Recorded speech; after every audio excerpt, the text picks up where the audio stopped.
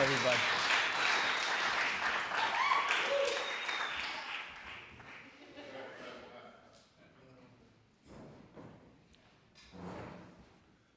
Wade in the water, wade in the water, children, wade in the water. God's gonna trouble the water. Imagine you just moved to Madison. You're nearly naked and fast asleep when you hear your elderly mother-in-law scream, "Your car is floating down the street!" And then within minutes, you notice a grown-ass man holding an infant above 4 feet of water, screaming, "Get out the house before the water takes it!"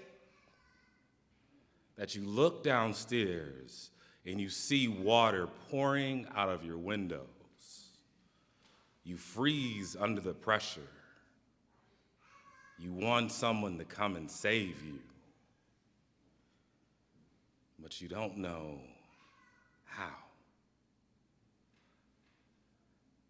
You're frozen, but you feel your pockets vibrate because your partner is live tweeting everything that's happening. Beep. What do you do when your car's floating down the street? Beep. What do you do when there's water coming through your front door? I phoned a friend, my college roommate, who I affectionately call Grandpa, because he always knows what to do. He asked me, "Is your electric off?" "Yes." "Gas?" "We don't have a gas stove." "Great." "Do you have a concrete foundation?" "Yes, it's concrete." "Then the house should hold." "Can you get to the roof?" "We don't have a ladder that's tall enough to get to the roof, so do you have something you can put your mother-in-law on if the water gets any higher, because you might have to leave the house?" I grabbed my mother-in-law's antique wooden dining hall table, which is heavy and about this wide, and try to build a raft, only to hear my mother-in-law scream, "Boy, that ain't gonna float."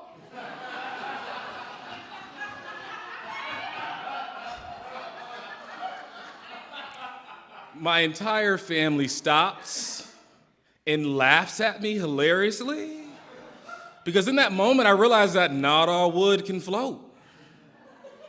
So I toss out that idea and I start to stare at my mother-in-law's favorite piece of furniture.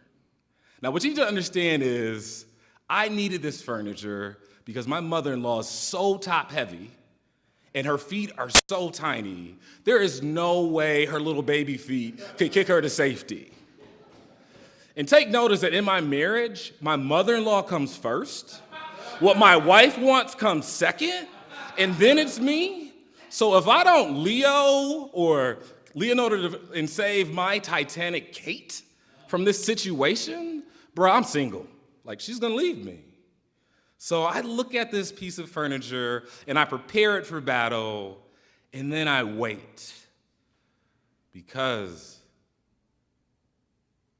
I need to conserve my energy if I'm gonna carry 2 people into all this water.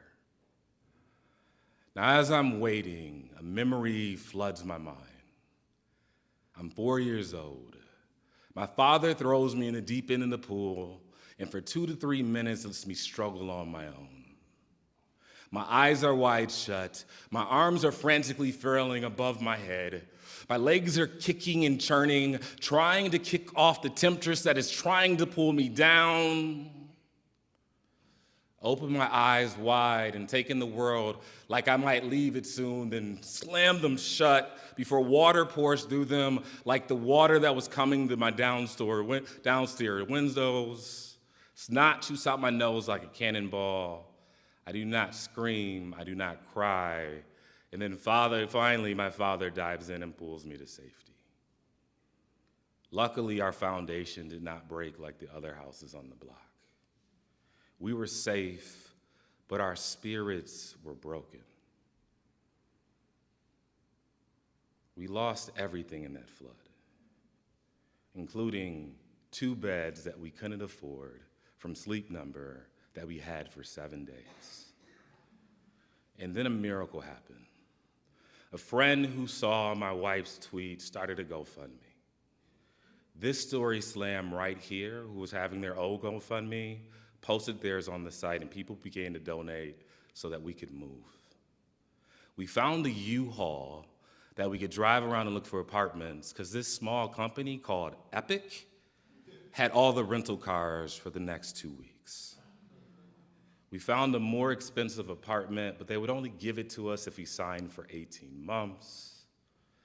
I was able to get back to work because strangers came to my house and helped me empty out my basement and throw away everything that was wasted away by the water.